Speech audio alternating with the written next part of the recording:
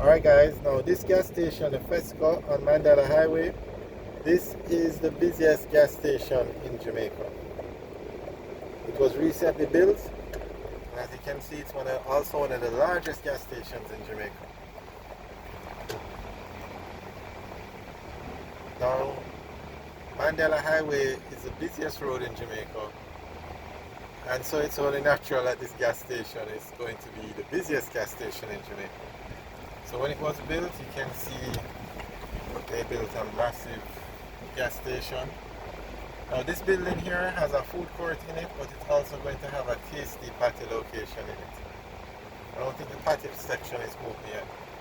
But this was an excellent idea. You can see the amount of pumps it has. With Mandela Highway being so busy, and then you can't really exit the highway quite easy. I mean, it's a highway, so you have to exit where there's an exit. And this road, this gas station is right on the highway. Very large. 1, 2, 3, 17, 18, 19 pumps. And it's the middle of the day now, so it's not that busy, but this is the busiest gas station in Jamaica.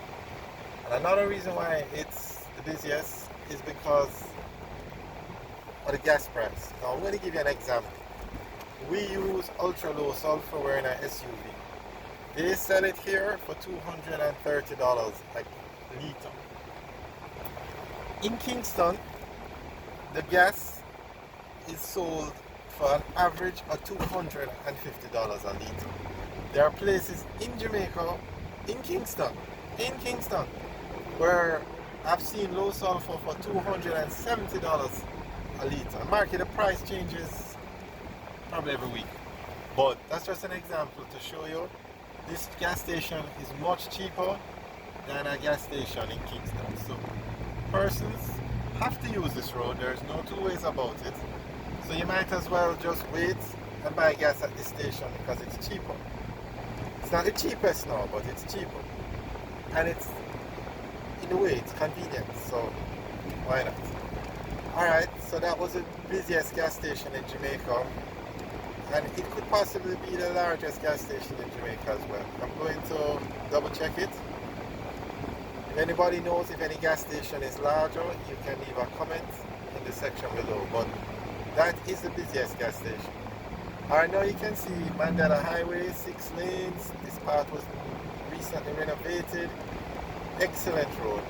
You driving on this road, you would think you're on the I-75 in Florida or some other road in a first world country. Must say, this was a job well done, and if you notice, there are no potholes.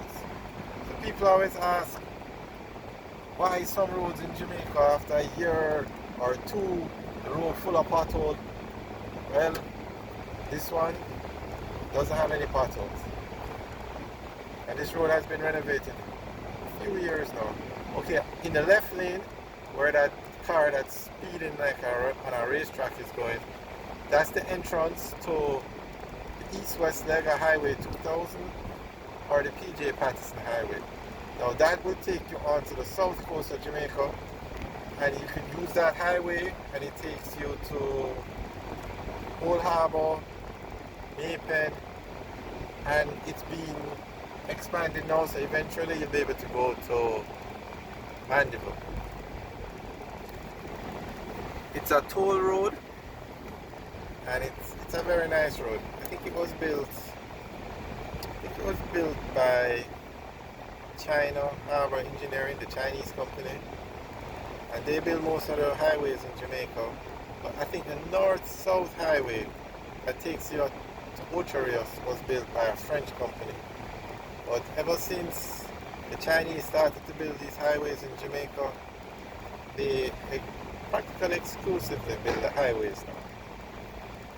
Okay, at this intersection now, you enter Portmore. So the cars in the left lane where that truck is going, that lane takes you into Portmore at the intersection.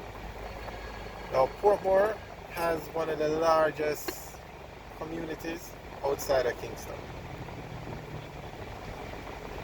The three largest communities in Kingston are found in Kingston and St. Andrew, Portmore and Spanish Town.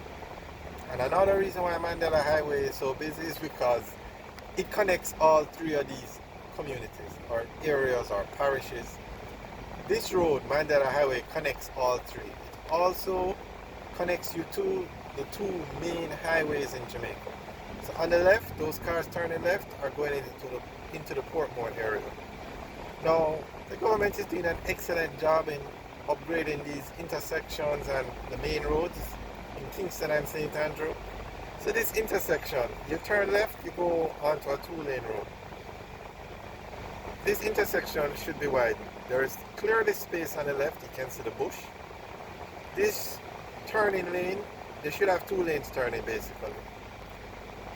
I'm sure they'll get around to it, but it's needed. In the evenings, it's a very busy intersection and it will help with the flow of traffic if it was two lanes turning. And you're turning into a road that has two lanes. You could easily build a third lane on that road they're turning into. So I guess they'll get around to it eventually, but it will definitely help. Alright, so that's the turn off to Portmore. Now straight ahead, coming up on the right is going to be the entrance to the North-South Highway or the Edward-Siarga Highway. Now I think it's good that they're naming these highways after former Prime Ministers of Jamaica. I think that's an excellent idea, and I think every Prime Minister should have a highway or an airport or something at a national level named after them. Now this highway, the North-South Highway, was the Prime Minister of Jamaica at the time, I think it was, well, it doesn't matter. The Prime Minister of Jamaica at the time the road was being built, right after the road was built, asked that the road be renamed the Usain Bolt Highway in honor of Jamaica's track superstar, Usain Bolt. And I'm sure the government would have approved it, but Usain Bolt said that thank you for the honor, but he didn't want the road named after him. So the road was named after Edward Siarga, the former Prime Minister of Jamaica.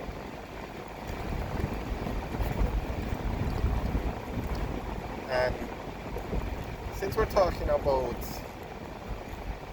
the naming of roads, we need every Prime Minister of Jamaica, current and former, should have a highway named after them.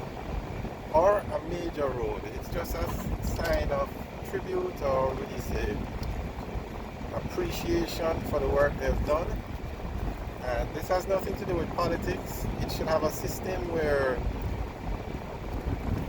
you have all the names and it's a list. So okay, there is a highway being built, the Southern Coastal Highway being built from Harborview to Portland.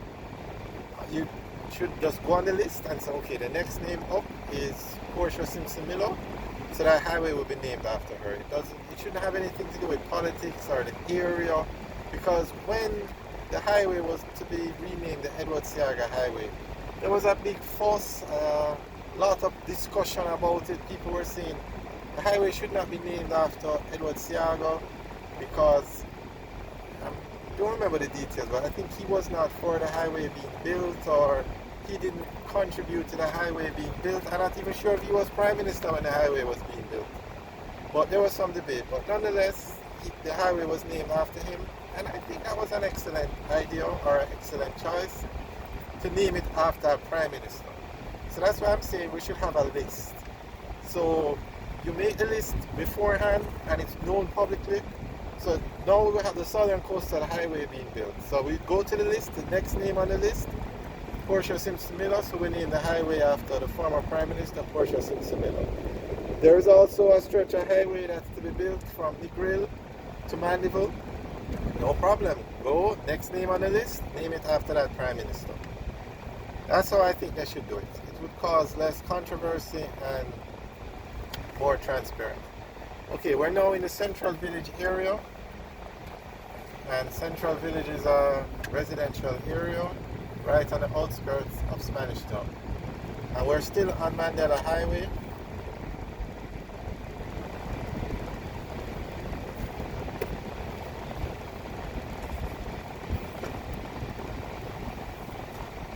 Alright guys, thanks for watching. Remember to like, share and subscribe. Have a good day.